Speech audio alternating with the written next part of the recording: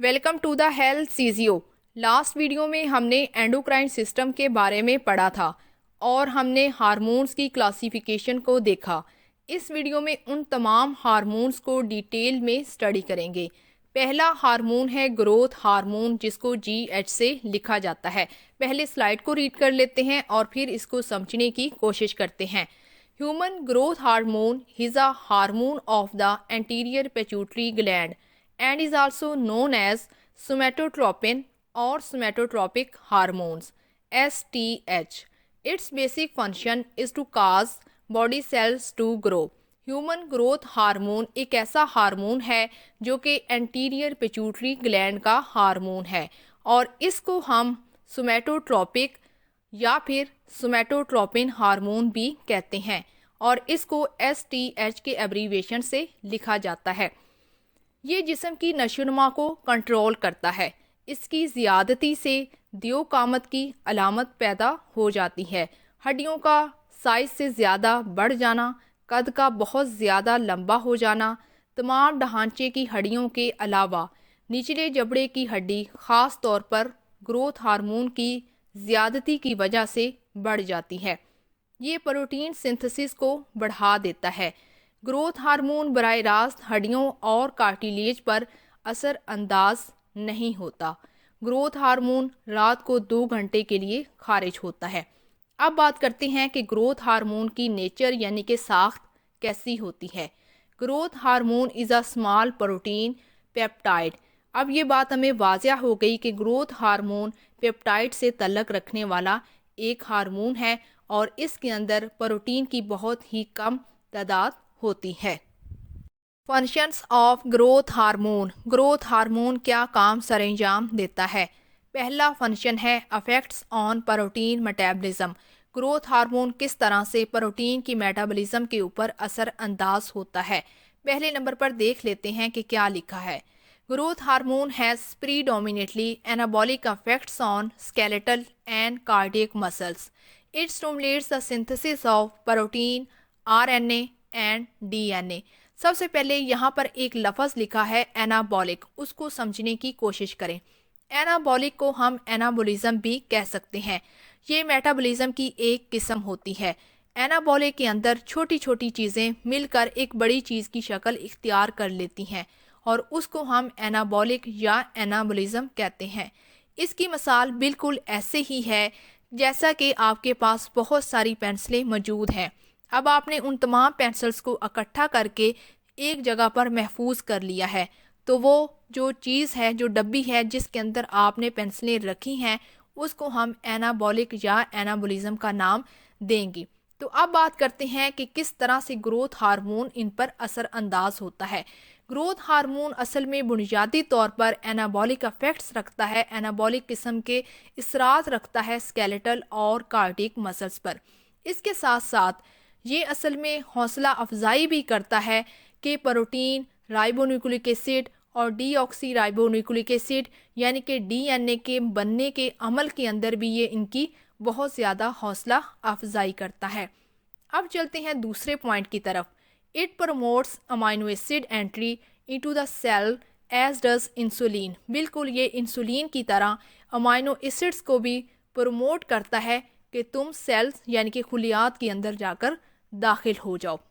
तीसरे नंबर पर है it decreases the catabolism of protein because growth hormone mobilize free fatty acids to supply energy. अब यहाँ पर एक और लफ्ज़ इस्तेमाल किया गया है कैटाबॉलिज्म। ये भी एनाबॉलिज्म की ही एक किस्म होती है। एनाबॉलिज्म की बात हम पहले ही कर चुके हैं। मेटाबॉलिज्म की 2 इकसाम होती हैं।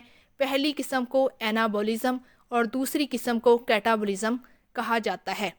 एनाबॉलिज्म के अंदर छोटी छोटी चीज़ें मिलकर एक बड़ी शक्ल इख्तियार करती हैं, जबकि कैटाबॉलिज्म के अंदर वही अशिया तोड़ फोड़ का शिकार होकर दोबारा फिर से छोटे छोटे टुकड़ों में तब्दील हो जाती हैं, जिससे इंसानी जिस्म को एनर्जी मिलती है।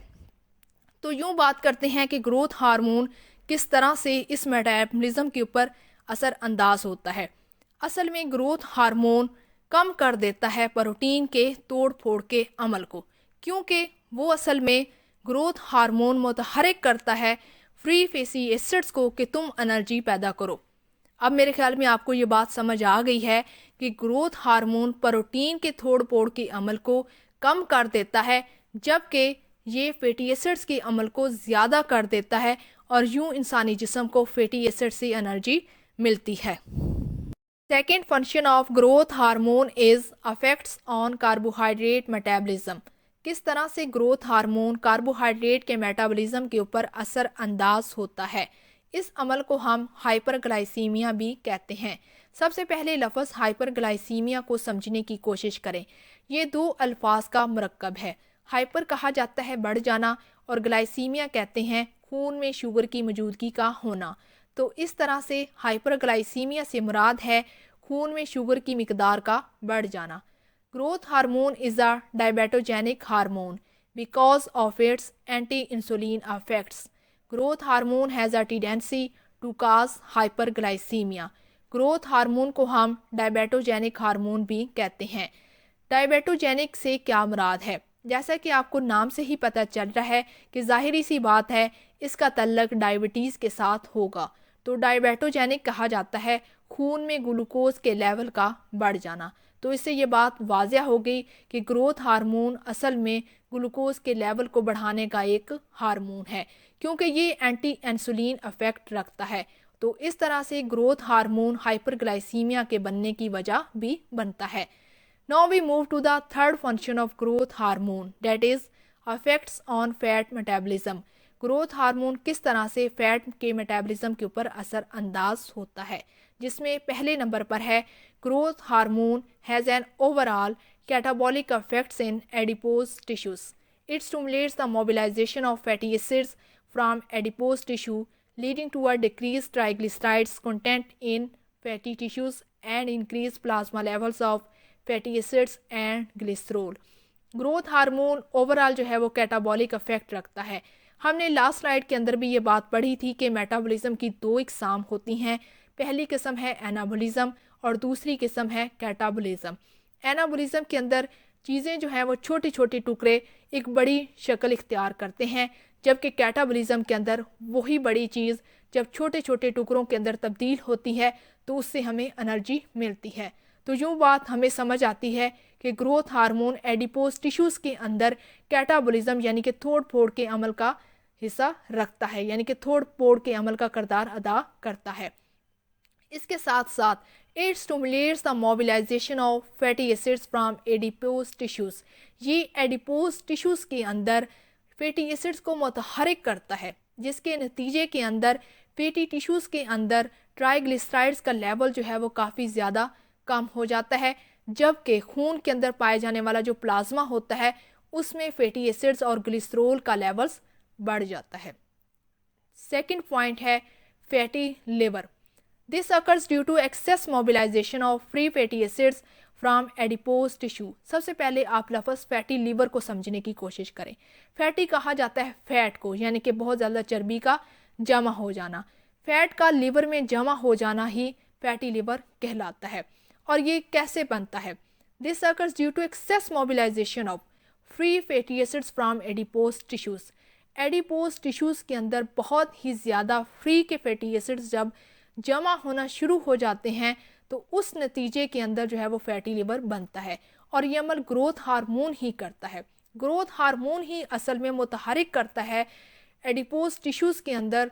एडिपोज टिश्यूज़ के अंदर वो क्या करता है? वो कैटाबॉलिज्म का इफेक्ट करता है, जिसकी वजह से जो फैटी एसिड्स हैं उनकी मिकदार बढ़ जाती है। तो इस तरह से वो लिवर जो है वो फैट उसके अंदर जमा होना शुरू हो जाती है। Fourth function of growth hormone is affects on inorganic metabolism. Growth hormone किस तरह से गैर नामियाती मवाद के मेटाबॉलिज्म के ऊपर असर अंदाज होता है, जिसमें पहले नंबर पर है growth hormone increases the retention of the phosphorus and calcium in body fluids by increasing absorption from the gastrointestinal tract and renal tubules. Growth hormone इंसानी जिस्म में मौजूद फ्लूइड्स जिसमें फास्फोरस और कैल्शियम मौजूद हो इनके बढ़ने को बरकरार रखता है। ये अमल कैसे होता है? ग्रोथ हार्मोन असल में गैस्ट्रोइंटेस्टिनल ट्रैक्ट और रीनल ट्यूब्यूल्स में जज़ब करने का अमल बढ़ा देता है। दूसरे नंबर पर है it also causes the retention of sodium, potassium, chloride and magnesium. Growth hormone sodium, potassium, chloride और मैग्नीशियम को भी बरकरार रखने का सबब बनता है। Now we move to the fifth function of growth hormone is affects on bone, cartilage and soft tissues. Growth hormone किस तरह से हड्डियों पर, कार्टिलेजेस पर और नरम टिश्यूज के ऊपर असरअंदाज होता है, जिसमें पहले नंबर पर है it acts on cartilage and bone stimulating growth. Growth hormone असल में बढ़ने के अमल को मुतहरिक करता है कि कार्टिलेजेस और जो हड्डियां हैं ये दोनों उसके ऊपर असरअंदाज करता है, जिसके नतीजे में कार्टिलेज और हड्डियां बढ़ना शुरू करती हैं। दूसरे नंबर पर है increases the deposition of connective tissues. Growth hormone connective tissues के अंदर जमा करने के अमल को भी बढ़ा देता है। यह भी असल में ग्रोथ का एक बहुत बड़ा फंक्शन होता है। तीसरे नंबर पर है increases the thickness of the skin. Growth hormone जिल्द की जो मोटाई है उसको भी बढ़ाता है। Fourth is the increases the growth of viscera including liver and kidneys. Growth hormone जितने भी विजरल ऑर्गन्स हैं, स्पेशली लिवर और किडनीज, इनके बढ़ने के अमल में, इनको भी बढ़ाने के अमल में भी बहुत ज़्यादा अपना रोल प्ले करता है। Last is increases milk secretion in lactating animals.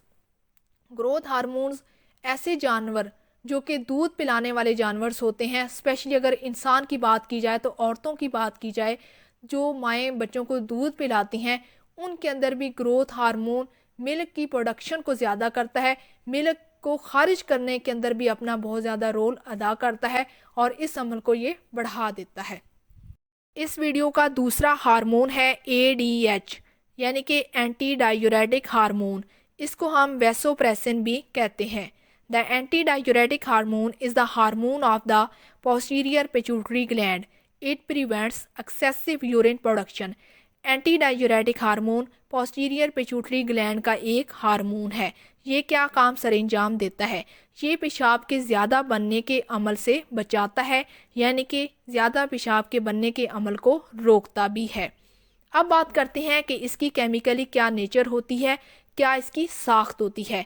Polypeptide containing amino acids. तो ये बात हमें पता चलती है कि ADH या वैसोप्रेसिन एक पॉलीपेप्टाइड हार्मोन है जो कि अमाइनो एसिड्स रखता है।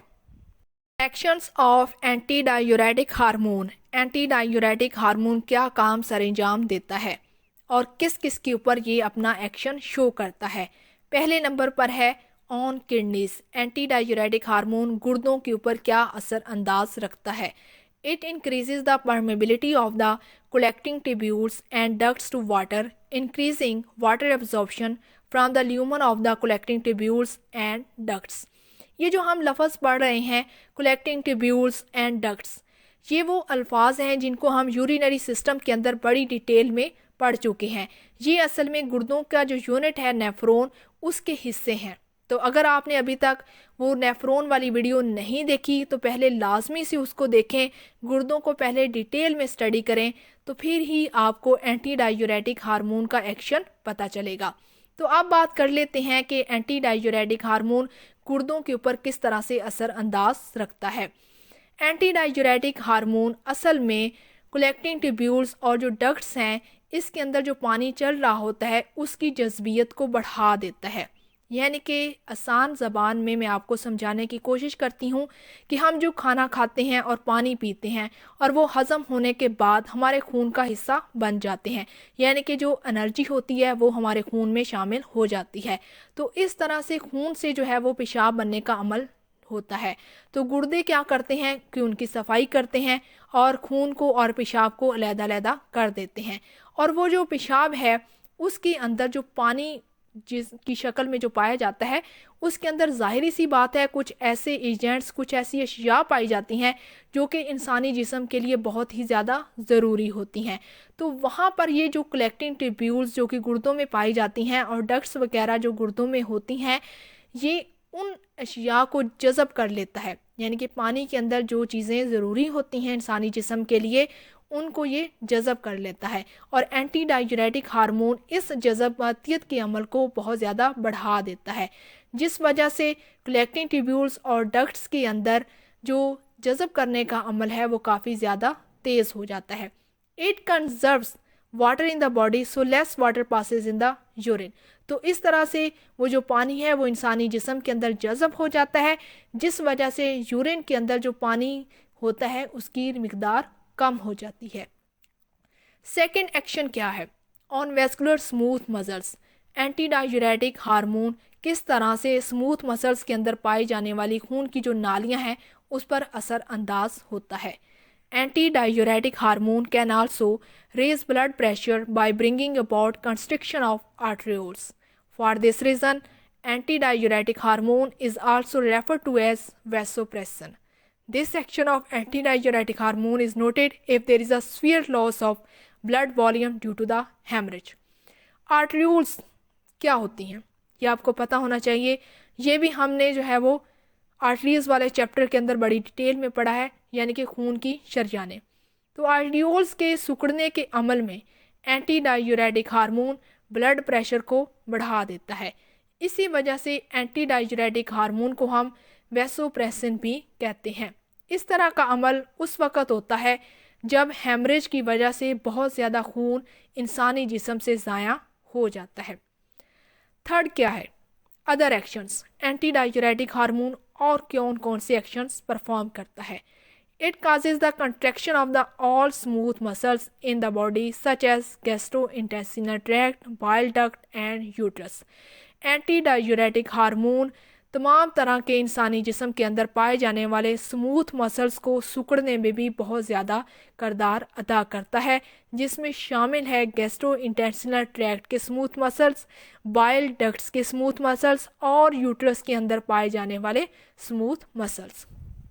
इस वीडियो का तीसरा हार्मोन है oxytocin. This is the hormone of posterior pituitary gland. Oxytocin भी पोस्टीरियर पिट्यूटरी ग्लैंड का एक हार्मोन है।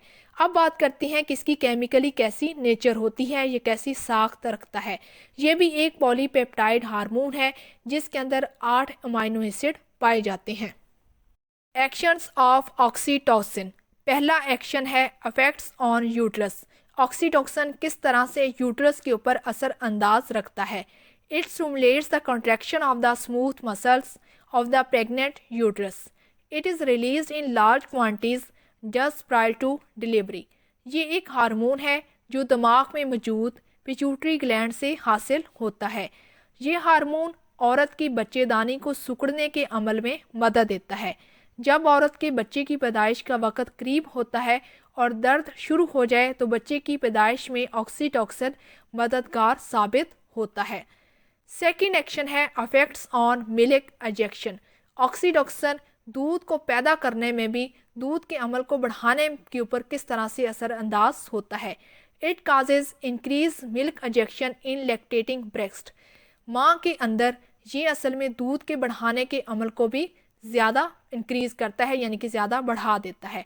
स्टिमुलस फॉर मिल्क एजेक्शन, ये किस तरह से दूध के अमल को बढ़ाता है, किस तरह से ये अमल करता है, जिसमें पहले नंबर पर है sucking of nipples of breast by a one. जिस तरह से जैसे ही बच्चा माँ के निपल्स को छूता है, उसको सक करने की कोशिश करता है, तो उस दौरान ऑक्सीटोसिन दूध को बढ़ाता है और दूध को जिस्म से बाहर निकालने में मदद देता है। Second is handling of breast by a baby. Third is crying of a baby for feeding and the fourth is the sight or sound of a baby. ये जितने भी बच्चे के बारे में लिखा हुआ है कि वो किस तरह से माँ को हाथ लगाता है जब बच्चा दूध के लिए रोता है, या बच्चे की जो आवाज़ है ये माँ को किस तरह से मुतासर करती है, इन सब चीज़ों के ऊपर ऑक्सीटोसिन बहुत ज़्यादा किरदार अदा करता है। जैसे ही बच्चा माँ को हाथ लगाता है, रोता है, आवाज़ें लगाता है, तो उस दौरान माँ की खिंचाहट जो है वो बच्चे की तरफ बढ़ती है, तो इसी दौरान दूध का जो अमल होता है वो भी बढ़ जाता है। Action of oxytocin is affects on fertilization. इफ़्ज़ाइश के अमल पर ऑक्सीटोसिन किस तरह से असर अंदाज होता है? Oxytocin is also release during coitus by a nervous reflex. इसाबी इस्तरारी के बायस इंटरकोर्स के दौरान ऑक्सीटोसिन बहुत ज़्यादा खारिज होता है। It causes uterine contraction and has a sucking effect on seminal fluid. It accelerates transport of the seminal fluid during the fallopian tubes and favoring fertilization. ये असल में ऑक्सीटोसिन कैसे काम करता है? ये यूट्राइन की कॉन्ट्रैक्शन यानी कि यूट्राइन को सिकुड़ता है और इसके साथ साथ ये सकिंग के इफेक्ट को भी बढ़ा देता है। इसके अलावा ये सेमिनल फ्लूइड से खारिज होने वाले मवाद को फिलोपियन ट्यूब्स की तरफ रवाना करता है, उसके अमल को तेज़ करता है, जिसके नतीजे में फर्टिलाइजेशन का अमल शुरू होता है। Fourth action is affects on blood vessels. Oxytocin किस तरह से खून की नालियों पर असर अंदाज होता है? In large doses oxytocin causes vasodilation and decreases blood pressure. Oxytocin vasodilate करने का अमल भी बढ़ा देता है। वेजोडाइलेशन कहा जाता है खून की नालियों का फैलना। जैसे ही खून की नालियां ऑक्सीटोसिन की वजह से फैलती हैं तो इस नतीजे में ब्लड प्रेशर काफ़ी ज़्यादा कम हो जाता है। Fifth action of oxytocin is affects on pituitary gland. Oxytocin किस तरह से पिट्यूटरी ग्लैंड के दूसरे हार्मोन्स के ऊपर असर अंदाज रखता है, जिसमें पहले नंबर पर है it causes prolactin secretion. Prolactin भी पिट्यूटरी ग्लैंड का ही एक हार्मोन है। ऑक्सीटोसिन प्रोलैक्टिन के खारिज करने की वजह बनता है। Second is it inhibits ADH secretion. Oxytocin anti diuretic hormone के खारिज करने को रोकता है। Clinical indications for use of oxytocin. अब तक हम बात कर रहे थे ऐसे ऑक्सीटोसिन की जो कि इंसानी जिस्म से ही खारिज होता है। अब बात करते हैं कुछ अद्वियात की। अगर ऑक्सीटोसिन इंसानी जिस्म में उसकी ज़रूरत के मुताबिक पैदा ना हो तो इस नतीजे में कुछ अद्वियात का इस्तेमाल किया जाता है और ऑक्सीटोसिन की जो अद्वियात हैं उनका नाम भी ऑक्सीटोसिन ही है। तो अब हम यहाँ पर उन अद्वियात के इस्तेमाल की बात करेंगे, जिसमें पहला फंक्शन है इंड्यूसिंग लेबर। बच्चे की पैदाइश के शुरू करने के अमल में ऑक्सीटोसिन की अद्वियात बहुत ज़्यादा किरदार अदा करती हैं। Second is treatment of uterine haemorrhage.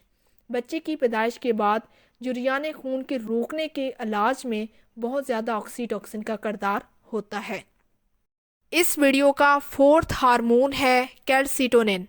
This hormone is produced by the parafollicular cells of the thyroid gland.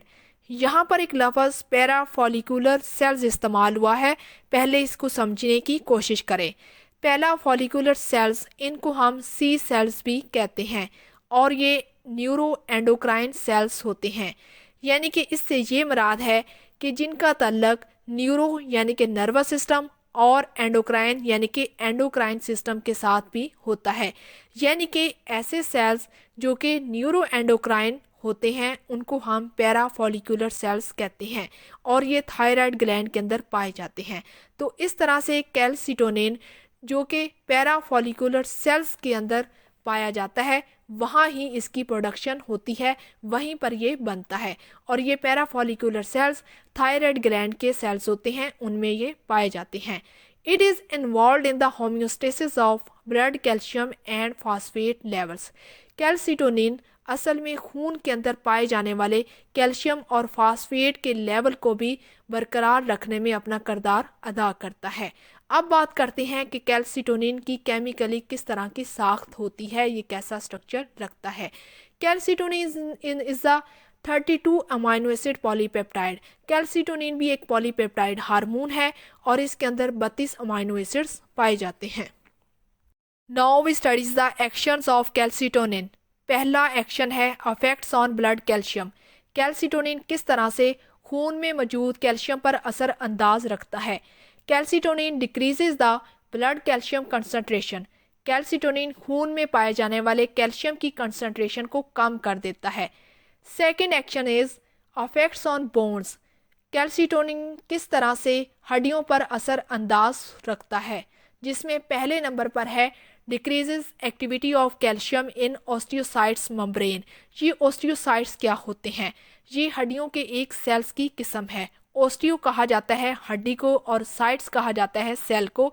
ये आप साथ वाली तस्वीर में वाज़िया तौर पर देख सकते हैं कि ओस्टियोसाइट्स हड्डियों के सेल्स की एक किस्म है।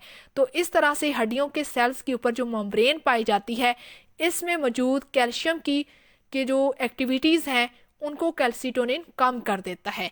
यानी कि इससे ये मुराद है कि ओस्टियोसाइट्स मेम्ब्रेन के अंदर कैल्शियम की जो एक्टिविटीज़ हैं उनको कैल्सिटोनिन कम करता है। Second is increases osteoblastic activity. ये भी हड्डियों के सेल्स की ही एक किस्म है।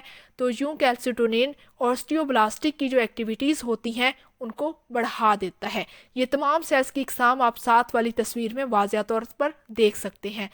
Third is the decrease is formation of osteoclast. Osteoclast भी हड्डियों की ही सेल्स की ही एक किस्म है। कैल्सिटोनिन ओस्टियोक्लास्ट के बनने के अमल को रोकता है। Last is the decreases the rate of bone remoulding. Remoulding क्या होती है? हड्डी का शक्ल चेंज करना, उसको अपनी साख्त का तब्दील करना, बोन रिमोल्डिंग कहलाता है। तो यूं कैल्सिटोनिन हड्डी की जो साख्त होती है उसको चेंज करने के अंदर भी उसके अमल को रोकता है। Third action is affects of gastro intestinal tract. Calcitonin किस तरह से डाइजेस्टिव सिस्टम के ऊपर असर अंदाज होता है? Decreases calcium absorption from intestine so it is lost in the faces. इंसानी निज़ाम इंहज़ाम के अंदर दो इकसाम की आंतड़ियाँ पाई जाती हैं, एक है छोटी आंत और दूसरी है बड़ी आंत। सबसे ज़्यादा जज़बियत का अमल छोटी आंत के अंदर होता है। अब हम यहाँ पर बात कर रहे हैं कैल्सिटोनिन एक हार्मोन की कि वो डाइजेस्टिव सिस्टम के ऊपर किस तरह असर अंदाज होता है। जब भी आंतड़ियों के अंदर कैल्शियम जज़ब होता है तो उसी अमल में कैल्सिटोनिन उसकी जज़बियत के अमल को कम कर देता है, जिसके नतीजे में कैल्शियम जो है वो इंसानी पखाने के ज़रिए खारिज हो जाता है और यूँ ये ज़ाया हो जाता है। Fourth action is affects on kidneys. Calcitonin किस तरह से गुर्दों के ऊपर असर अंदाज रखता है? Decreases calcium absorption from the distal tubule and collecting ducts. This increases the urinary excretion of calcium. जैसा कि हमने पहले भी बात की कि कैल्सिटोनिन कैल्शियम की एब्जॉर्प्शन को कम करता है, तो इसी तरह ये गुर्दों के अंदर भी डिस्टल ट्यूब्यूल्स और कलेक्टिंग डक्ट्स के अंदर भी जहाँ पर एक बार फिर से जज़बियत हो रही है तो वहाँ पर भी ये कैल्शियम के जज़ब होने के अमल को कम कर देता है, जिसके नतीजे में क्या होता है कि इंसानी यूरिनरी सिस्टम के ज़रिए पेशाब के ज़रिए ये कैल्शियम खारिज कर दिया जाता है और इस तरह से यूरिन के अंदर कैल्शियम की अमाउंट बहुत ज़्यादा बढ़ जाती है। Fifth action is affects on phosphates. Calcitonin किस तरह से इंसानी जिस्म में मौजूद फास्फेट के ऊपर असरअंदाज रखता है? Increases the urinary excretion of phosphate. ये फास्फेट को खारिज करने के अमल को भी बढ़ा देता है और इस तरह से फास्फेट भी इंसानी जिस्म से खारिज हो जाता है और इसी तरह से ये भी एक ज़ाया होने का अमल शो करता है। Now we studies the regulation of calcitonin. Calcitonin को बरकरार रखने का अमल किस तरह से होता है? The regulation of calcitonin depends upon the plasma concentration of calcium. Calcitonin को बरकरार रखने का अमल खून में मौजूद प्लाज्मा के अंदर कैल्शियम की कंसनट्रेशन पर ही डिपेंड करता है, जिसमें पहले नंबर पर है an increase in plasma calcium concentration causes increase secretion of calcitonin. अगर प्लाज्मा के अंदर कैल्शियम की कंसनट्रेशन का लेवल ज़्यादा है तो इसके नतीजे में कैल्सिटोनिन के खारिज होने का अमल भी ज़्यादा होगा। सेकेंड नंबर पर है a decrease in plasma calcium concentration causes decrease secretion of the calcitonin. और अगर प्लाज्मा के अंदर कैल्शियम की कंसनट्रेशन का लेवल कम है तो इसके नतीजे में कैल्सिटोनिन के खारिज होने का अमल भी कम होगा। इस वीडियो का आखिरी हार्मोन है aldosterone. This is the hormone of the adrenal cortex secreted by the outermost layers called the zone glomerulosa. Aldosterone असल में एड्रीनल कॉर्टेक्स का ही एक हार्मोन है। अब ये एड्रीनल कॉर्टेक्स है, वैसे तो हम इसको पिछली वीडियो के अंदर बड़ी डिटेल में पढ़ चुके हैं, लेकिन साथ वाली तस्वीर में एक बार फिर से इसको रिवाइज करने की कोशिश करते हैं। आपको यहाँ पर गुर्दे की एक तस्वीर नज़र आ रही है और गुर्दे के ऊपर एक टोपी नज़र आ रही है। इस टोपी को हम एड्रीनल ग्लैंड का नाम देते हैं। ये जो एड्रीनल ग्लैंड है उसको अगर हम मज़ीद डिटेल के अंदर पढ़ें तो हमें इसके अंदर दो चीज़ें नुमायां तौर पर नज़र आती हैं। एक है एड्रीनल कॉर्टेक्स और दूसरा है एड्रीनल मेडुल्ला। लेकिन यहाँ पर हम बात कर रहे हैं सिर्फ और सिर्फ एड्रीनल कॉर्टेक्स की, यानी कि बैरूनी लेयर की। और इस बैरूनी लेयर को हम ग्लोमेरुलेसा का नाम भी देते हैं। और यहाँ से जो हार्मोन खारिज हो रहा है उसका नाम है aldosterone. Now we studies the effects of aldosterone. Aldosterone के इसरात, जिसमें पहले नंबर पर है affect on renal tubule. Aldosterone किस तरह से गुर्दों में पाई जाने वाली नालियों पर असरअंदाज होता है। The main action of aldosterone is to maintain balance of the electrolyte contents of the body fluid. असल में एल्डोस्टेरोन एक बहुत ज़्यादा अहम काम करता है। ये इंसानी जिस्म में मौजूद जो बॉडी फ्लूइड्स है जिसके अंदर इलेक्ट्रोलाइट्स पाए जाते हैं उनके लेवल को बरकरार रखने में अपना बहुत ज़्यादा किरदार अदा करते हैं। तो इस तरह से the sites of action are the, तो इस तरह से एल्डोस्टेरोन कुछ जगहों पर बहुत ज़्यादा असरअंदाज होता है, जिनमें शामिल है ascending limbs, descending limbs, loop of Henle, distal and collecting tubules. ये सारे नाम आपके लिए नए नहीं होने चाहिए, क्योंकि हम यूरिनरी सिस्टम के अंदर किडनीज को बड़ी डिटेल में पढ़ चुके हैं और ये सारे नाम किडनी के यूनिट नेफ्रॉन के हिस्से हैं।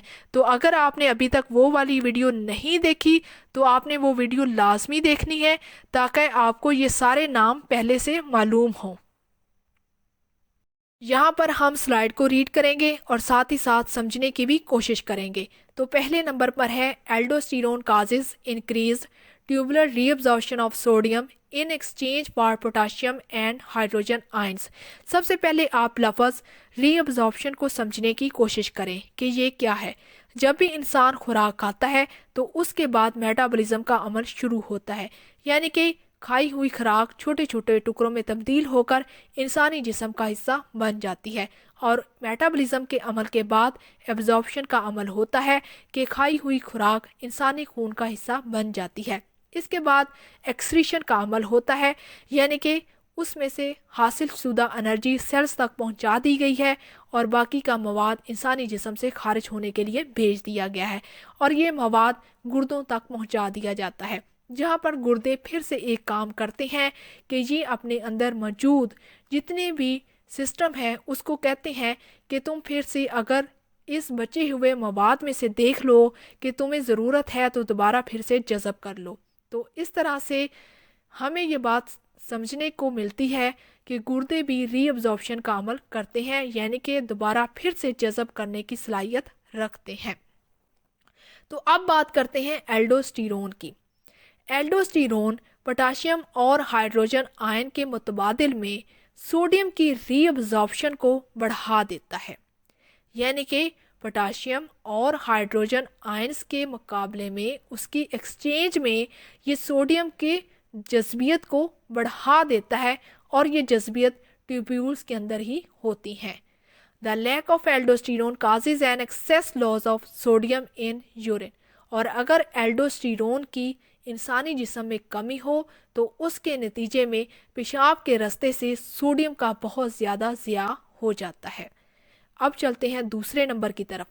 Aldosterone increases potassium secretion into the distal and collecting tubules of the kidneys. गुर्दों में पाए जाने वाला नेफ्रॉन जिसके हिस्से हैं डिस्टल एंड कलेक्टिंग ट्यूब्यूल्स, उसके अंदर एल्डोस्टेरोन पोटाशियम को खारिज करने का अमल को बढ़ा देता है। This may be due to ionic exchange with sodium reabsorption. और ये एक्सचेंज यानी कि ये मुतबादिल होती है सोडियम के जज़ब होने को। ये बात हम पहले ही ऊपर पढ़ चुके हैं कि पोटाशियम और हाइड्रोजन आयन के मुतबादिल ही सोडियम की रीअब्जॉर्प्शन होती है। Excess aldosterone causes hypokalemia and muscle paralysis. और अगर एल्डोस्टेरोन की इंसानी जिस्म में मिकदार बढ़ जाए, ज़्यादती हो जाए, तो उसके नतीजे में पोटाशियम की मिकदार कम हो जाती है और इसके साथ साथ फालिज होने का भी चांस बहुत ज़्यादा बढ़ जाता है। अब चलते हैं तीसरे नंबर की तरफ। Aldosterone causes water absorption due to the concentration gradient created by the sodium absorption increases ECF volume. Aldosterone पानी के जज़ब करने को भी वजह बनता है, और ये तभी होता है जब सोडियम की अब्जॉर्प्शन की कंसंट्रेशन ज़्यादा होती है, और इसी तरह ये एक्स्ट्रा सेलुलर फ्लूइड के वॉल्यूम को भी बढ़ा देता है। अब कुछ एल्डोस्टेरोन के जनरल इफेक्ट्स देख लेते हैं, जिनमें पहले नंबर पर है सर्कुलेशन। कि सर्कुलेशन के ऊपर एल्डोस्टेरोन किस तरह से असर अंदाज रखता है। Increases blood volume and cardiac output. Aldosterone blood के हुजम को बढ़ा देता है और इसके साथ साथ कार्डिक आउटपुट को भी बढ़ाता है। दूसरे नंबर पर है ब्लड प्रेशर। एल्डोस्टेरोन किस तरह से इंसानी जिस्म के प्रेशर के ऊपर असर अंदाज होता है। Increases blood pressure due to increased cardiac output, blood volume and venous return.